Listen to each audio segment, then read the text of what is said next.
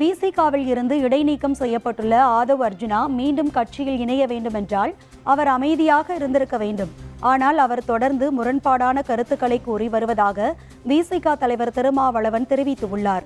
திருச்சி விமான நிலையத்தில் செய்தியாளர்களிடம் பேசிய அவர், ஆதவ் அர்ஜுனா கட்சியில் இருந்து நீக்கப்பட்டது கண் துடைப்பு அல்ல எனவும் தங்கள் கட்சியின் நடைமுறையின் அடிப்படையில் தான் நீக்கப்பட்டு உள்ளதாகவும் திட்டவட்டமாக தெரிவித்தார். அவர் இடைநீக்கம் செய்யப்பட்டிருக்கிற சூழலில் இது போன்ற மறுபடியும் கான்ட்ரவர்ஷியலான கருத்தை சொல்லுவது என்பதே தவறு. அப்படி சொல்லக்கூடாது.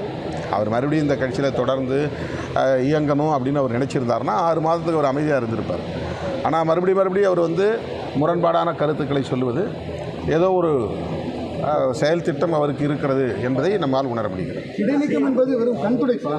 இல்லை, அப்படி கிடையாது. ஒரு ப்ரொசீஜர், ஒரு கட்சியில் ஒரு ப்ரொசீஜர். அப்புறம் எடுத்ததுக்குள்ளே ஒருத்தரை தூக்கி எறிய முடியாதுல்ல. எப்போவுமே பின்பற்றக்கூடிய எங்கள் கட்சி, ஒவ்வொரு கட்சியும் ஒவ்வொரு முறை இருக்குது, ஒவ்வொரு தலைவருக்கும் ஒரு அணுகுமுறை இருக்குது. எங்கள் கட்சியில் நாங்கள் தலித் அல்லாதவர்கள் மீது நடவடிக்கை எடுக்கும்போது ரொம்ப நிதானமாக தான் நடவடிக்கை எடுப்போம். இந்த நிலையில் விடுதலை சிறுத்தைகள் கட்சியில் இருந்து நிரந்தரமாக விலகுவதாக சமீபத்தில் அக்கட்சியில் இருந்து இடைநீக்கம் செய்யப்பட்ட ஆதவ் அர்ஜுனா அறிவித்துள்ளார். இது தொடர்பாக விசிக தலைவர் திருமாவளவனுக்கு அவர் கடிதம் எழுதியுள்ளார். அந்த கடிதத்தில் தன்னை பற்றிய தேவையற்ற விவாதங்கள் பொதுவெளியில் தொடராமல் இருக்க வேண்டும் என்ற நோக்கில் விடுதலை சிறுத்தைகள் கட்சியில் இருந்து முழுமையாக தன்னை விடுவித்துக் கொள்வது என்று முடிவெடுத்துள்ளதாக ஆதவ் அர்ஜுனா தெரிவித்துள்ளார்.